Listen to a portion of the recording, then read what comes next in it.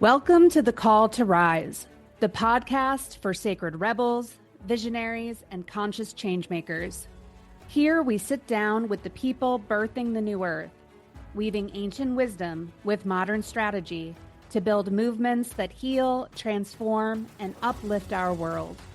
I'm Mackenzie Darling, your host, inviting you into honest conversations, practical tools, and hard-won wisdom to awaken your power and to inspire you to answer the call to rise and to meet this moment in history.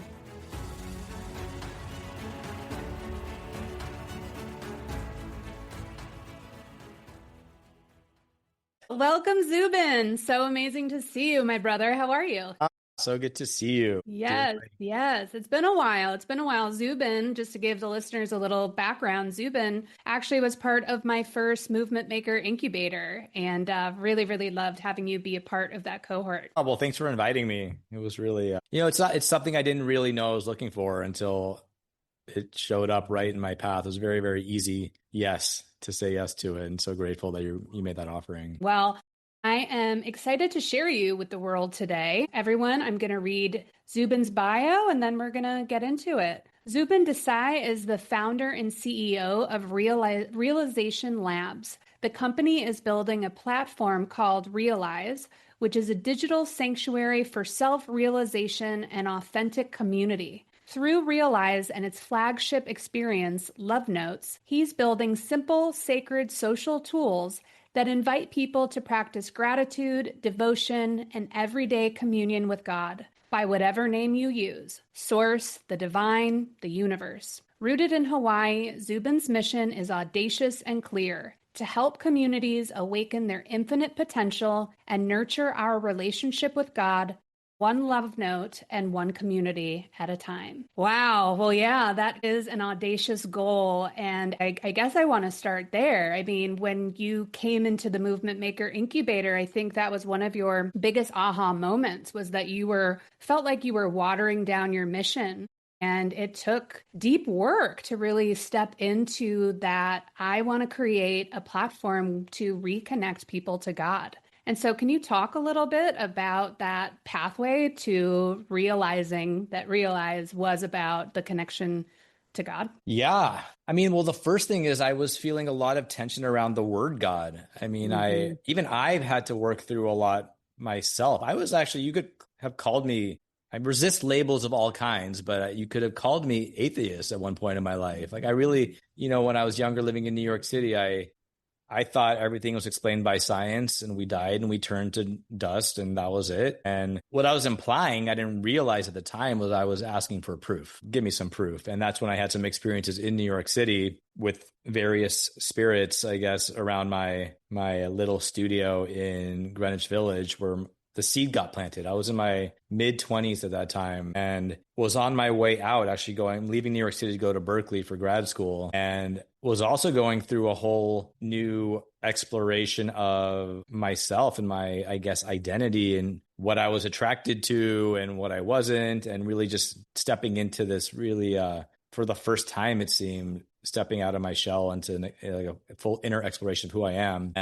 But even so, when I was at Berkeley, I wasn't really thinking too much about spiritual path. I mean, I was raised Hindu. My parents are really just wanted me to find any kind of spiritual path that resonated with me. The teacher that they studied with really talks about love and service, and it wasn't really religious at all. Any religion was welcome. That resonated, but it was a different time in my life. I was really trying to discover who I was and was going down being the good Indian boy, going to work in tech. That's what I thought I was going to do. And really after grad school, a lot of doors just started slamming shut. And I was forced to reckon with, who am I and why am I here? And once I started to ask that question, teachers showed up, songs showed up, medicine showed up. It was just, I guess I declared to Source, the universe. Back then, I wasn't able to use the word God. I just would yell it out to anything. I don't think I had a word for it. And then the teacher showed up. And so that's really just allowed me to, that inquiry is the reason I moved to Hawaii. It's why I started this company. I'm a very reluctant tech founder. I was working in nonprofit for the 5 years before I started this company.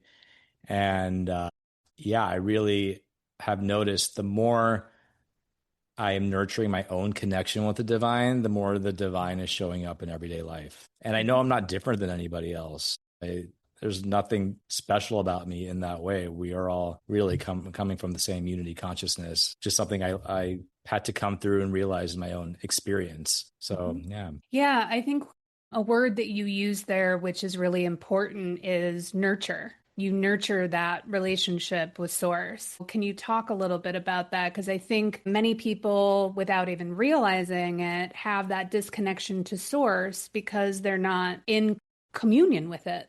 They're not in relationship with it. And so can you talk about that communion that you have in that nurturing relationship and what you do to keep the flames fanned on that relationship? Yeah. Well, for me, the biggest thing was remaining open and curious always. Like I have teachers come and go. Like they've led me to the next teacher and the next teacher. And I did notice earlier in my life, I would find a spiritual teacher and I felt very attached to that and thought this was the person or practice that was going to take me all the way. And like, for instance, when I moved to Hawaii, I had this amazing yoga studio in San Francisco and this amazing yoga teacher. We're still really close to this day. And when I moved here, I'm like, oh, I got to find my new studio. Like, where's my who's going to be my yoga teacher here? And I declared that I really desired that when I moved here. And I thought I was going to find a cool heated yoga studio where we did vinyasa flows with cool music and singing. And it turns out I got a yoga teacher, but it was actually Yogananda who came to me through a course that just fell into my lap and really studying his teachings deeply. And I'm of Indian descent and I didn't really know what yoga was. I didn't know that yoga actually means union of soul and God. And I got to say, I felt kind of embarrassed about that when I started learning about this. And I'm like, wow, if I don't even really realize this, and many other people aren't realizing this either. So that curiosity of asking for guidance and help in teachers. And for me, the way I nurture that communion with the divine, I go to the beach. I was going pretty much every morning on my sunrise walks, and I go a little bit less often, but that's where I go. And the ocean is my altar, and dipping into the ocean is my communion. And it's where my meditations actually have shifted from sitting meditation,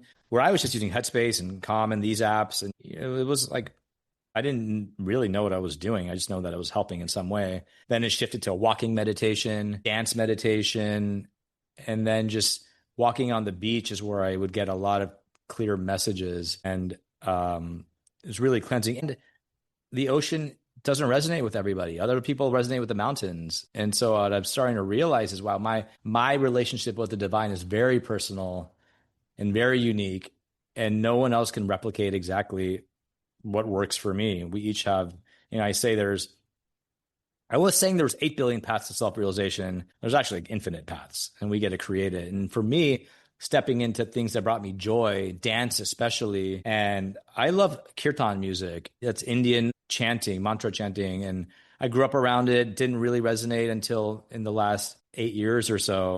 And it's just been the last few years. Like for me, that's where I feel some of the deepest connection with Source, because it's not religious. It's just chanting the names of God and being with other people who are just feeling that love and devotion and just allowing that love to come through. So for me, the practices that bring me joy, that is something I learned from Yogananda. Like when I feel peace, joy, and bliss, Yogananda says that's one of the first signs of God's presence. And so I really optimize my life for those experiences, and we shouldn't feel guilty about it. That's one big thing I've been working through, is the guilt and shame I would have around doing things that feel good or feel pleasurable. And I've come to realize God is very present when I'm engaged in practices where I feel that joy. I want to take a moment to invite you into something special called Alchemy, a 3-month one-on-one coaching journey for people who feel called to step into deeper servant leadership. In Alchemy, we weave together the insights of the Enneagram with the sacred container of plant medicine ceremonies so you can understand your patterns, release what no longer serves you, and rise as the leader that you're meant to be. If you've been feeling the pull to step into your gifts and serve from a place of clarity and integrity, I'd love to walk with you. You can learn more and apply at globalmovementmaker.com/alchemy. I'm an entheogenic minister. And so when I work with people, especially around doing MDMA ceremonies, it's so easy to get within that heart space and to connect with the divine. And oftentimes people end up crying at the end of the ceremony because they don't want to leave that love. They don't want to leave that open-hearted space where God lives. And so I think what you're talking about is so astute, that it's really that connection to source through love and pleasure, and this God that wants us to be living our greatest life. You mentioned a variety of different teachers and different ways of finding God. What I see within religions is there's a lot of dogma, there's a lot of rules, there's a lot of closed containers and judgment about what God should be. And I'd love to jump into this because you and I actually are fans of reclaiming religion. Spirituality can feel self-contained and individualized, where religion is the practice of communal devotion. Would love to hear your thoughts around the difference between spirituality and religion and how you plan to hold that within your container of what you're building. Wow. Yeah, that's a great question. This is a topic too that there is a lot of tension around, and I felt it too. I was at a conference recently where I reconnected with you, and I felt this nudge, not even a nudge. It was like a shove, like go ask this thing. And my legs were shaking. And I don't get nervous. And I went up to the microphone and I asked this question, like, why aren't we not talking about God here? Like, it was a conference really where people were willing to go there. It was really people exploring higher consciousness and these things. But by the second day, I hadn't heard even alluding to, not even necessarily using that word, but it just seemed like it wasn't being talked about. And I had realized, I talked to some people about this, there is a lot of fear around this topic. And that to me I feel like one of the biggest crimes against humanity is that in general, because there's wars that are being acted out in the name of God, and these things are happening, and we see what's going around the world, it doesn't feel safe. Like, you can't actually at a workplace really go there. You're not really allowed. HR shows up and companies talk about bringing your full selves to work. And I don't understand how that could possibly be true when we're asked to leave our spiritual selves at the door. But going back to your question, yeah, we need spaces to come together. People call ecstatic dance church. I would have to agree with that. I was just there on Sunday, and there's an opening circle and a closing circle and an altar. And the whole point, and they don't say it explicitly, but what I feel when I'm there, it is a place to commune with the divine and through each other. It doesn't quite work the same way by yourself, although it can. I dance in my house all the time and get all kinds of messages coming through. Spirituality, what I had found, and I'm somebody who's explored the different plant medicines and these entheogens, and they've been amazing teachers for me. And once I really stepped into connecting with God in this different way, those teachers have stepped back for me as new teachers have stepped in. And I study Jesus. I study Yogananda. I feel very connected to Krishna. I'll go to kirtans all the time where we're chanting the name of Krishna, and there's nothing dogmatic about it. You could sit in the back and be quiet, or you can dance and you can sing and you can feel good. But I've noticed in my own life, I've done a lot of things that would be considered shameful by various organized religions, things I should feel guilt about. And I've never been punished for those things. Like, I do feel like my life is playing out like a dream, and I'm creating heaven here on earth, which is really what the point of Jesus's teachings and the second coming of Christ. Like, I don't believe it's actually a person coming back. That's my belief. I believe it's, really the awakening within of the Christ itself. And I have over time, the word Jesus, the word God, Christ, Krishna, I would have felt a little tension around my heart because there's protection there. And this, I probably is some past life stuff going on, but also just the conditioning from this life. And the more and more I've peeled off the layers, the reason I use the word God is because it feels controversial, and that feels problematic to me, because if there's an energetic imprint of fear and guilt around some of these words, like for me, saying source and universe and still holding on to this really negative feeling around the word God was, to me, they were repelling each other. And so I've just been reclaiming it in my own way. And I ask for proof. I'm always asking for proof. I even tell no one should believe anything I'm saying. It's really about experience. And that's consistent with all of the spiritual teachings that I've studied. And Yogananda is very explicit about this. Don't believe anything I say. Go explore for yourself, and you will you will remember the truth. And so the journey's been a journey of remembrance, and it feels really good. I feel so full. I don't do a lot. In Hawaii, I have a very simple life. I sleep early, I wake up early, I don't drink anymore, I don't go out. I'm starting to go out a little bit more to like cultural events. I'm feeling this guidance to get out of my shell more, but I sit and I don't feel lonely. People always ask me, are you lonely? I've been single for most of my life. It's just part of my life path at the moment. And I never feel lonely. I feel, and I've come to realize it's because I have this deep friendship that I'm building with the divine, and it feels so good. And and to be real, it's not something I was consciously chasing. I'd never been seeking self-realization. I didn't even know what that word meant until a few years ago, that term, seeking enlightenment, all these things. I just, again, move in the direction of the things that make me feel joy. And I ask for proof. And every time I do that, it propels me further on my journey. It's never taken me backwards. Never. It's 1,000 for 1,000. It's batting 100. What do they say? Batting 1,000. It hasn't failed me yet, so I keep going. I play games with the universe or God all the time. The synchronicities and the breadcrumbs makes you feel like you live in a very, very, very magical world. For me, it feels like this direct divine experience. And you mentioned psychedelics before. That's something that you and I have in common. And I know that you've left that path a little bit. I have not been very active in my ceremonies as of late. I feel like I did so many medicine ceremonies and then was realizing that I wasn't really integrating. I had a lot of knowledge, but not a lot of embodied wisdom. And so stepping upon this path and learning how to slow down, and also starting to build a movement maker and step more into my dharma has been the integration of what I have learned. And it's been really interesting with psychedelics. And I know you and I have talked a little bit about this, and I think a lot of movement makers can probably relate, is that you can almost go through a Messiah complex. Like, I am the chosen one. I am here to save humanity. I think both you and I have had Jesus Christ come and be part of our journeys before. I had one ceremony where Jesus Christ, Martin Luther King, AOC, Greta Thunberg, all of these people came and were like, you are the one.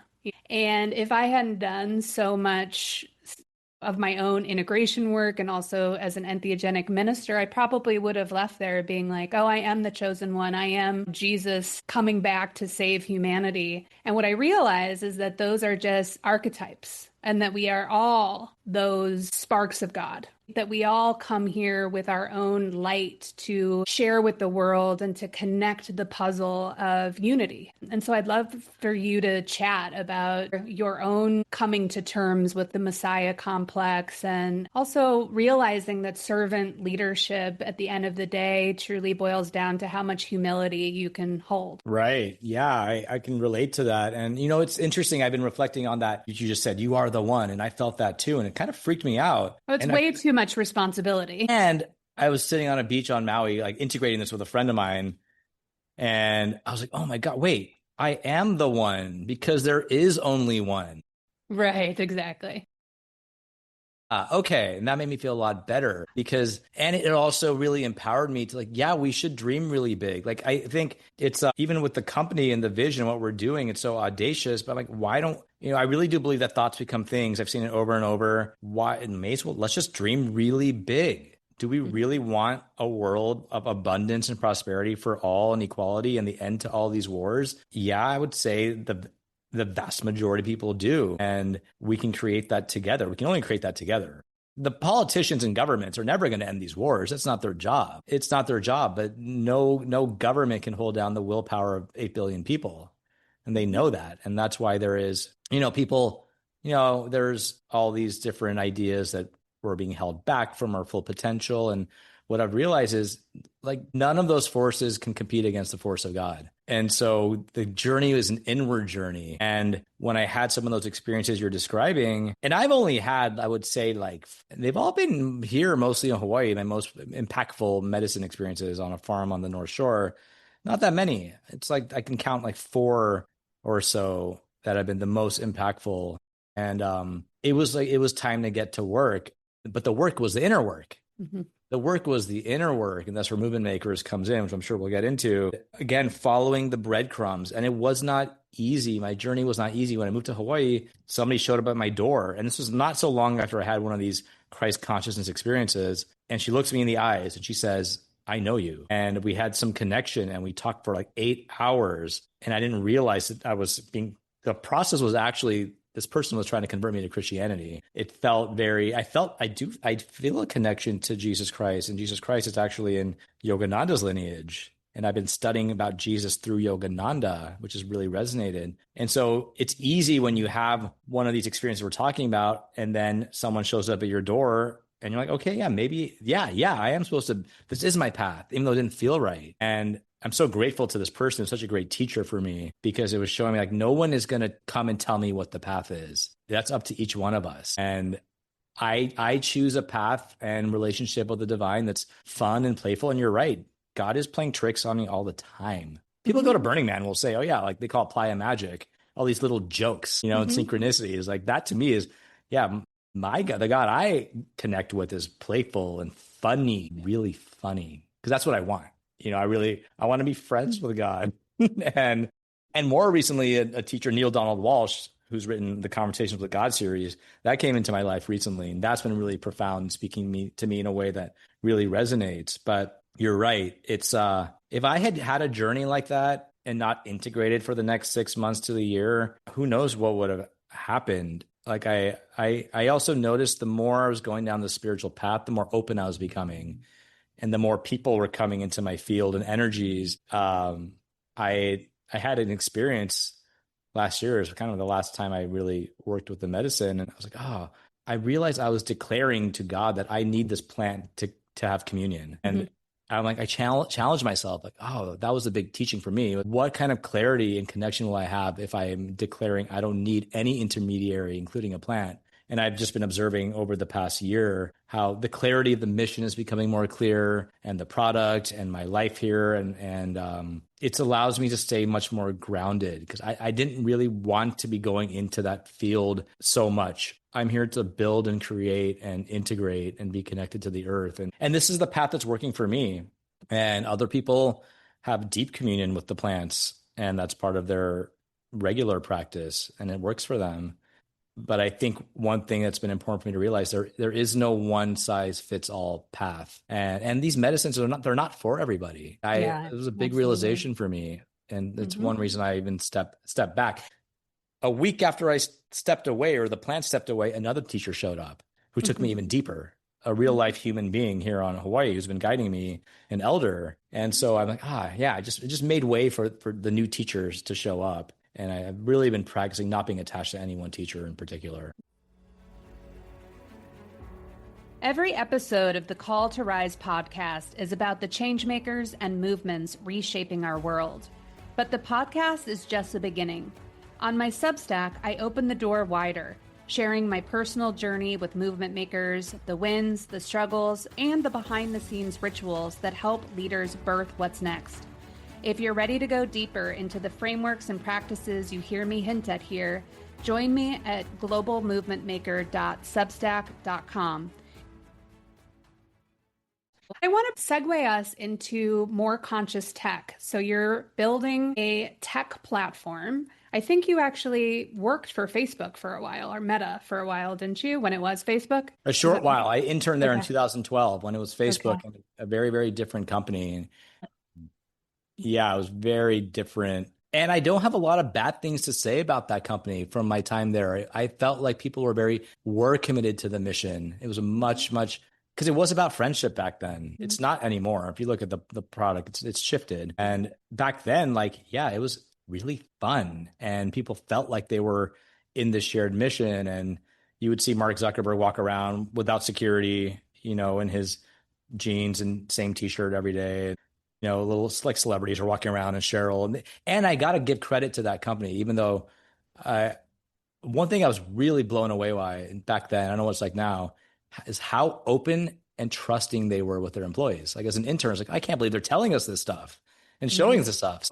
I've just been, and I don't work there. I didn't work there after my internship, so I can't say what's going on inside, but it feels like there's been a big shift. And that just happens with companies. And it's taught me a lot about how to build this company now, just being exposed to a little bit of that. And that wasn't a coincidence that I went to go intern there. I started the week of the IPO. My first day, I think, was a day they went public, or 2 days. It was maybe the weekend. No, they were having all these parties and the media was there. It was a kind of a bizarre time. You know, it's just like a 28-year-old in grad school.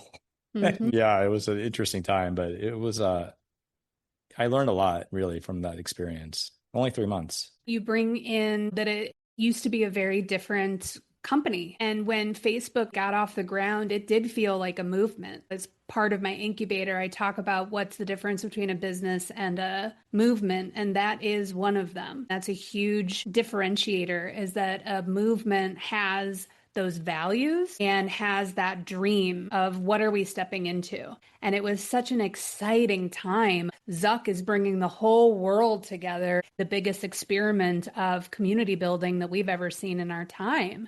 And it did. It really felt altruistic. And now it feels more profit over well-being. I was just going to say, it's been interesting because back then they were just the social platform. And now, because of the pressures of Wall Street and all they like have to compete against Google, which is in all these things. So now Meta is in the glasses and AI and all these things. They gave up on the connecting friends. I don't think anybody would, including anyone who works there, I would say, probably not going to describe their products as a place to cultivate friendship. And so this is one of the cautionary tales to me of companies. What happens when you grow and there's outside pressure? Like, I don't believe anyone who works there is evil. I didn't feel that. And I didn't feel that being around Mark, just, in passing. I don't think they're bad people. There's an insane amount of pressure on them to compete now with these huge companies. And yeah, it's, I don't envy that, yeah. With all of that said, I would love to hear from you. What are the lessons then that you've gleaned, and how are you going to make this hopefully different with Realize? I mean, the biggest thing for me, well, one is I told my investors before I signed any paperwork, I said, I'm not going to do this the Silicon Valley way. Like, I don't want to. Like, I love my life in Hawaii. I sleep well. I'm eating. I spend time with friends. And they're like, yeah, no, you're not going to follow that playbook. In my view, it doesn't really work. If 90% of startups are failing and people are burnt out, something's not right. And so for me, again, you alluded to it, the surrender and trust, like really centering that really as the basis and foundation for this company, but really using these spiritual teachings as structure. And for instance, I mean, I can tell a quick story where I was working at this amazing nonprofit that my really good friend Brad Wolf started, and we were focused on death and dying. They were putting on amazing events around end of life, and spent 5 years working there. But there came a time where I'm like, I really feel like the kind of shift I wanted to see in the world really required a tech platform, and probably a VC-funded tech platform. I wanted to see if there was a way to create a new kind of company and an experiment with new ways of building that could actually be a playbook really for how to build companies.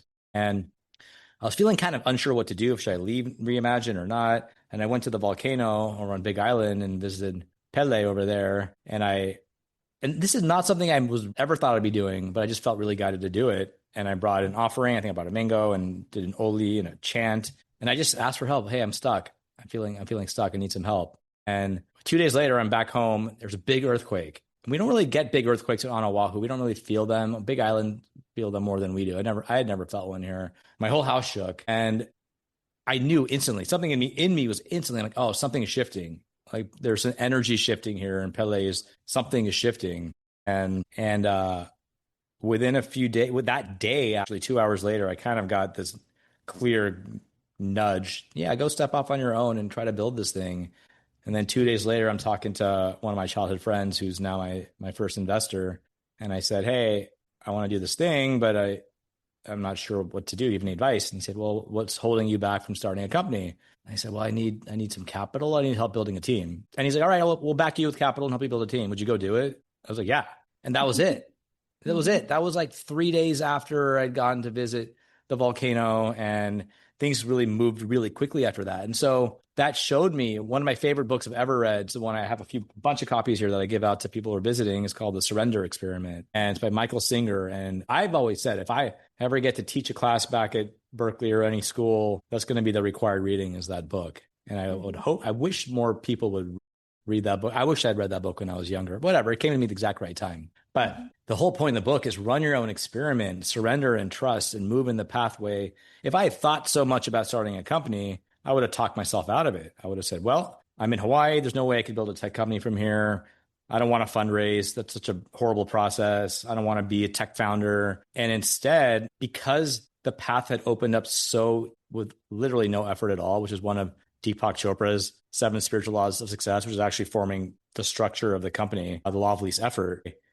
I've been running that experiment, and I've been running it on bigger and bigger things. So now I'm running it on this whole company. So the whole company is built on surrender and trust and flow, not force. Like, we're probably not moving as fast as a Y Combinator company would move, but I believe very strongly there's a different way to build, especially when you find what you came here to do, which is the whole point of the book, The Alchemist, my favorite books. Once we discover our personal legend, the thing only each one of us came here that we can do, then the universe conspires to make it happen. And it's so true. And we've been talking, you alluded to earlier, like one of the 7 spiritual laws is the law of giving and receiving. And I feel very strongly, especially because this platform, what we're building, is a place for communion with the divine through friends, through friendships, through each other. I don't feel comfortable owning it. It doesn't belong to me. It's coming through me. I'm just a vessel. Like, truly, there are days where I'm designing and work and I'm just flowing. There's other days where it's not coming through and I go take a nap or read a book. And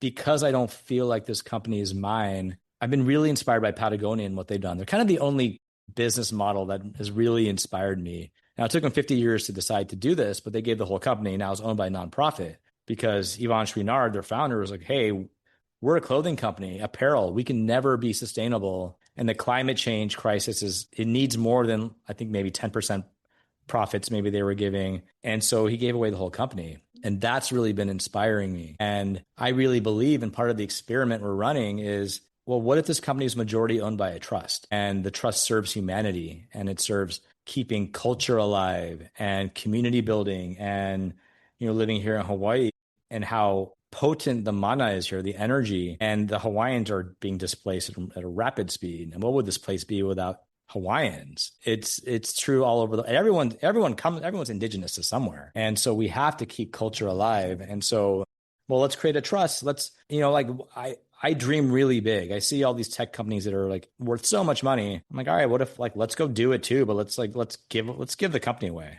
Because I'm not anti-money. I'm not anti-wealth. Money's infinite and abundant. And I just believe that, wow, what if we created companies with the purpose of giving it away? I've worked in nonprofit and I've worked in for-profit. And actually what we call this is a for-profit company, but it's spelled PROPHET.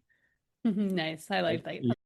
It's and the experiment and the invitation is, I believe that building this way, by giving away 51% plus of the company from the beginning, you got to do it from the beginning. You have to do it from the beginning. Otherwise it gets really hard. But by doing this way, and what I want to set out to prove is that I believe we would more than 2x the return by building it this way, by giving more than we're taking. And it's that came through last year when I started the company, and it hasn't. I allow things to shift and change. That has not shifted. That feels really important to me. And again, I'm not anti-wealth. Like, I want people who work here and partners, investors, people who are doing really good things with their resources. Yeah, let's get the wealth in the hands of those people. I'm not anti-billionaire. And frankly, I don't know what these very wealthy people are doing with their money. I'm not going to sit here and say they're not helping humanity. That would be a judgment. So I do my best not to try not to judge. It's a very challenging process. That's why I don't read the news, because the news, everything in it is picking sides. I really resist the picking of sides when we know we're only one. How could there be any sides? And so, yeah, the reason the company is named Realization Labs, because we're a laboratory for awakening. Like, what if we built our products with the intent of supporting the human awakening process? What might that look like? And so in that way, this is a movement, because it's in some ways we want people to reclaim religion and connection with source. I want to prove that there's a better form of capitalism out there. Like, I don't think we're ready to just go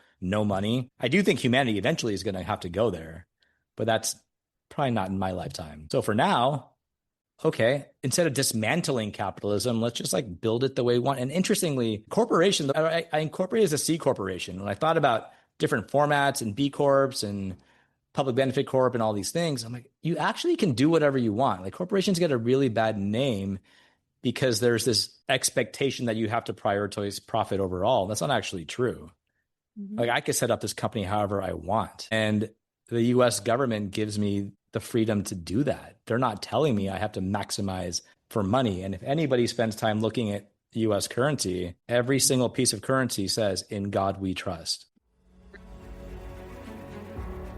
I want to pause for a quick moment.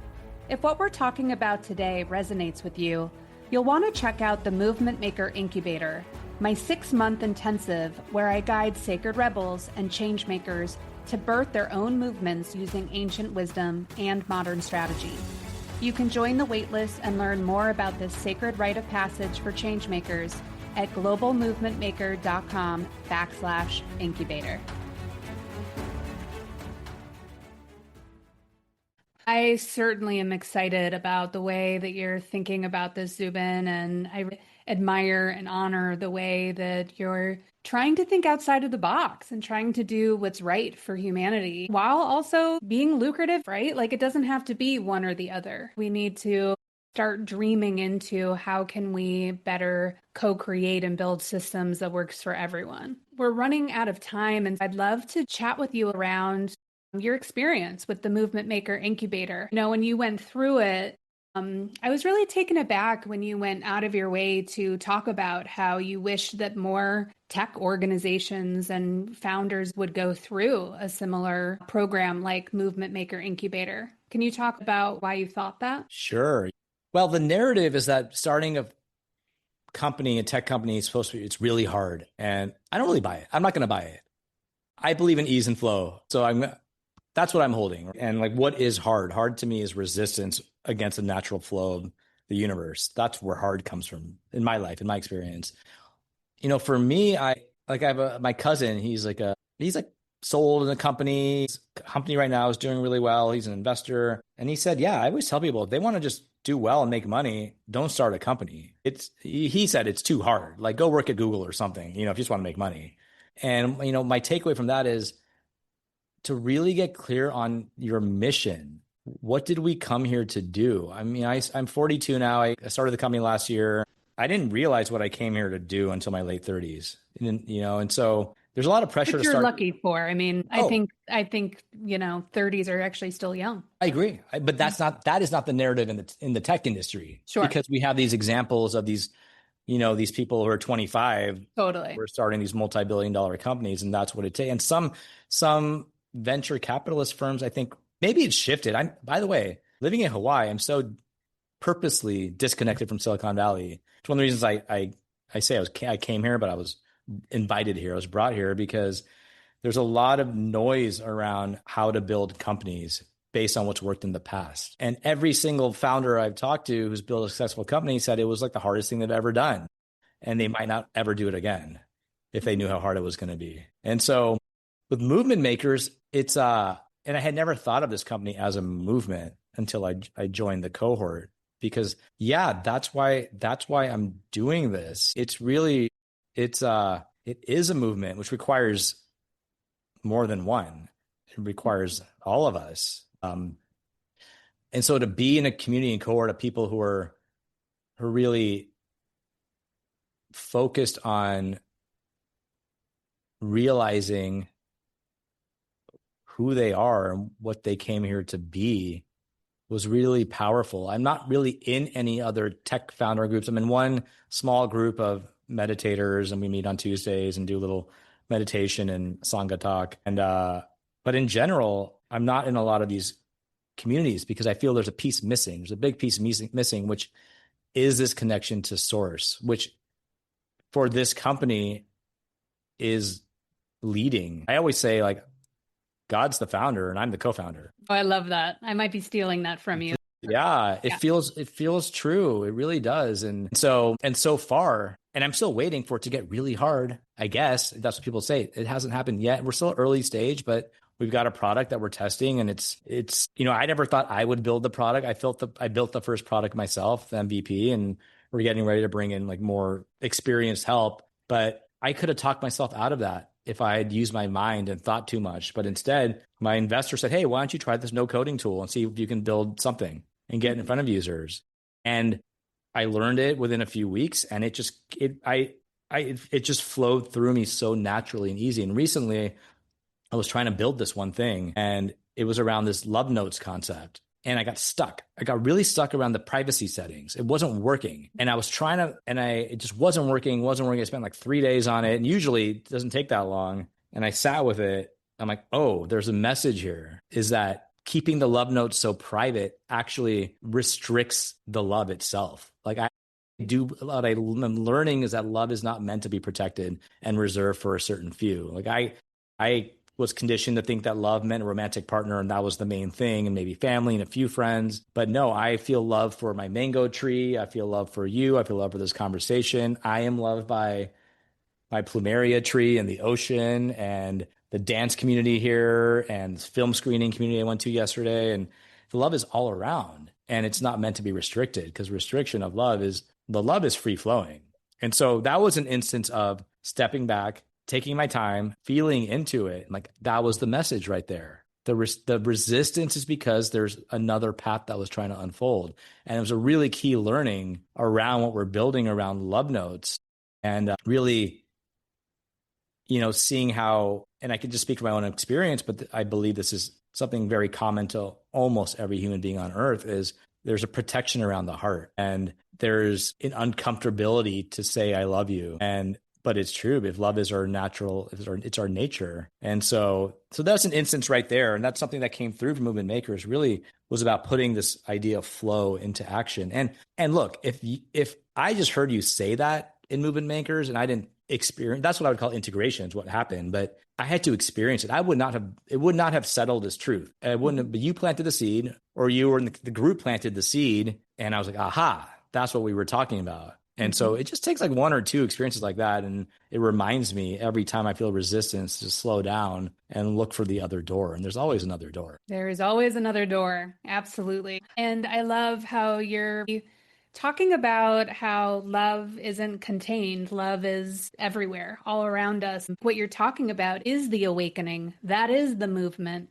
When I'm talking about movement makers, that's what it is. It's really the awakening is the movement. And there's all these different people, again, that are bringing their own light and their own platforms and their own ways of awakening to the greater love and the greater connection to source, God, divine, whatever you want to call it. Absolutely. And, it's the greatest teachers often are the ones we have the most discomfort or tension around. There's certain politicians out there who I won't name, who I disagree with on most everything, I would say. And that person is a great teacher for me. And I'm very grateful for this person. And I love this person because they're teaching me about the kind of leader I want to be, the kind of person I want to be, and the kind of society I want to see. This person exists, in my view, to wake people up. I completely agree with you. And I'm guessing that we're thinking of the same politician. And I have said that over and over again, that this politician is doing their job perfectly and is a really, really big part of human evolution. And so I thank them in a lot of big ways. Even the last job that I was at, I worked for like a spiritual teacher who I was let down by. And thought that he wasn't in practice with what he was trying to put forward. And I now look at him as my greatest teacher. Most importantly is, as I step into Movement Maker, I can find those pieces within myself. I can find that ego. I can find that person that wants to hoard all the power. I can find all of these things that I judged him on. And it was because I had that relationship with him, I'm able to find it quicker within myself and choose differently. We are running out of time, unfortunately. I know that you're getting Realize up and off the ground, but you do have a website. Can you tell people where to find you and how to get involved? Yeah, sure. You can visit us, torealize.com, torealize.com, because we're here to realize our infinite potential together. And there we have the story. We're going to soon be talking more about what the product actually is, but you can email me, Zubin at torealize.com. We're building our testing group and beta testers. If anyone wants to be part of this experiment, just to learn more, be happy to demo the product to certain if it feels aligned. But yeah, it's a real return to simplicity. There's a lot of pressure around AI for everything to be AI. And I was like, well, what's the human counterbalance to AI? Mm-hmm. The love and the human-centered counterbalance. That's what we're building, actually. And to me, that's the big opportunity.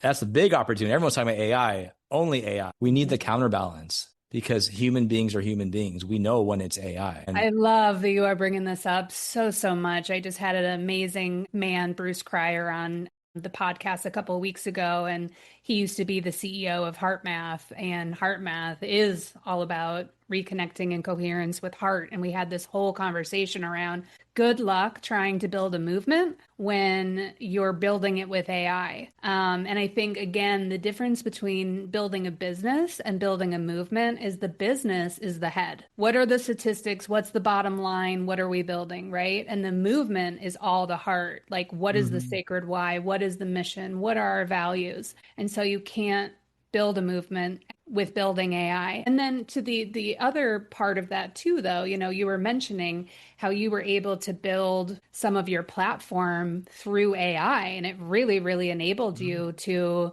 do your own creation, which I think is so exciting because there's going to be a lot more movement makers, individual people that have a huge vision that are now able to do the amount of like 20 people just being the one. To your point, there has to be that balance of, okay, the messaging and the community development really needs to be the human. And then how can we maybe build this using tools? It's the ancient wisdom and the modern strategy. Oh, absolutely. I mean, there's some pressure in tech industry, like just use AI to build it. And that doesn't feel right because this is my art. This platform is my artwork. And so I use AI a lot. I'm like, I'll ask it to help me. Hey, technically, I want to build this thing. I want to have this privacy feature. How can I build it? I don't want it to go build it for me. It feels important to do it myself. And, we see in music and pop music, which is pretty much has been AI'd for a long time. There's an algorithm that they use. They know what's going to, I don't know if it's radio they look for anymore, but they know the time, they know the cadence, all these things. And there's a lot lost, I think, in artistry when that happens. And I am very grateful for AI. It's allowing me to build this, and it does a lot of things for me that I don't like to do. Like I had to analyze an accounting firm contract, and I didn't want to do that. And so it did it for me. Yeah. And it was great, but there is this voice that I hear, well, just use AI to build it. And I would really, some of the design tools I use, they have AI. I could say, hey, build this thing for me. I've never really tried it because that part doesn't feel right. This is my art. The colors are mine. The vision, the essence and feeling through the site is just coming through me. And the big part of the component of what we're building is an altar that everybody builds. And beautiful. And so that came through to me during a meditation. I didn't know how to start. I'm like, how do I build this? What's the first thing? What does it mean to do conscious tech? I just sat in silence and it came through. Same thing with the name for the company, and the logo came through during a Vipassana sit I did last year. And so the answers are truly within us, and AI is a great tool, and it's not meant to replace artists and artistry. Really caution people. And I think even the people building the AI tools will probably agree they like good music, and we need to support artists, and artists need to get paid for their work. What's the world without art? To me, art is an expression of God. Absolutely. And Amen to that. Yeah. Zubin, thank you so much. You've been an amazing guest, as I knew that you would be. Is there anything else that you want to leave with the audience before we bid adieu? I mean, yeah, the reason I'm building it this way too is I could just talk about this and write a book. I don't really have a presence on social media. I am on social media, but I don't post anything. I'm like, no, I have to go prove that this works. That's what I have to do. That's why I'm here. And that to me is movement making. It's go prove it works when there's going to be a lot of voices. This is why I don't ask people. I don't ask for a lot of advice. Sometimes I do, but not a lot, because people's advice is based off what they know to have worked in the past. And what has worked in the past is not sustainable for, the evolution of human consciousness and our species. For anyone listening who has a really big dream, and if it feels audacious and crazy, there's the great Steve Jobs quote those who are crazy enough to think they can change the world are the ones who do. It's absolutely true. And we can find 10,000, a million examples of that. And so I'd encourage people, there's a lot of pressure to play small. There's a lot of pressure to play small. And once we can just step out of the noise, like we're not crazy to be dreaming this big. It's not crazy to say we can use technology to help people connect with God and each other and love. That is not crazy at all, even though I have felt crazy for thinking these things. And that's when I just learned to stop asking for permission and just go do it and find the right people on the team, and the investors will show up at the right time. The right aligned people are showing up. I don't push around. People show up when they're ready. Funding is showing up when it's ready. The next kind of funding, I don't know exactly how it's going to look, whether it's philanthropy or a hybrid model with venture capital. I don't know, and I don't need to know. I'm going to let that emerge at the right time, because whatever I'm seeking or whoever I'm seeking is seeking me, and we will find each other in the right time. That would be my only. I said don't listen to any advice, and so, but I guess I just gave some. It's just dream really big, because thoughts do become things. So we may as well dream really big. I love that we ended on that note, and I completely agree. Source kept channeling through me this huge vision of movement makers, bringing all of movement makers under one roof and building this huge movement together. And it always felt so big and so audacious and so scary. And my life was pretty miserable until I stepped into that calling. You know, I like to say that the calling is called a calling because it will keep calling you until you answer it. So thank you for, gets louder and louder. Yes, exactly. It gets louder and louder. And then as you're talking about like how everything is just designed perfectly, it will just keep putting obstacles in your place and doors being closed until you pick up the phone and it's like, okay, I'm going to answer that call. And then everything, you know, the path appears when, and the teachers appear when you're ready. And it has been the path of least resistance. Truly. Yeah. It's been the simplest, easiest path every time. And you know, it's supposed to be easy. I really believe that. It's supposed to be easy and fun and challenging. Well, you heard that, everyone. Try to follow the path of least resistance and trust in that inner voice. And thank you so much, Zubin, for your wisdom. And I'm so glad to have you as part of my inner circle. And till next time, guys, we'll see you next week. Aloha. Thank you, Mackenzie. Aloha.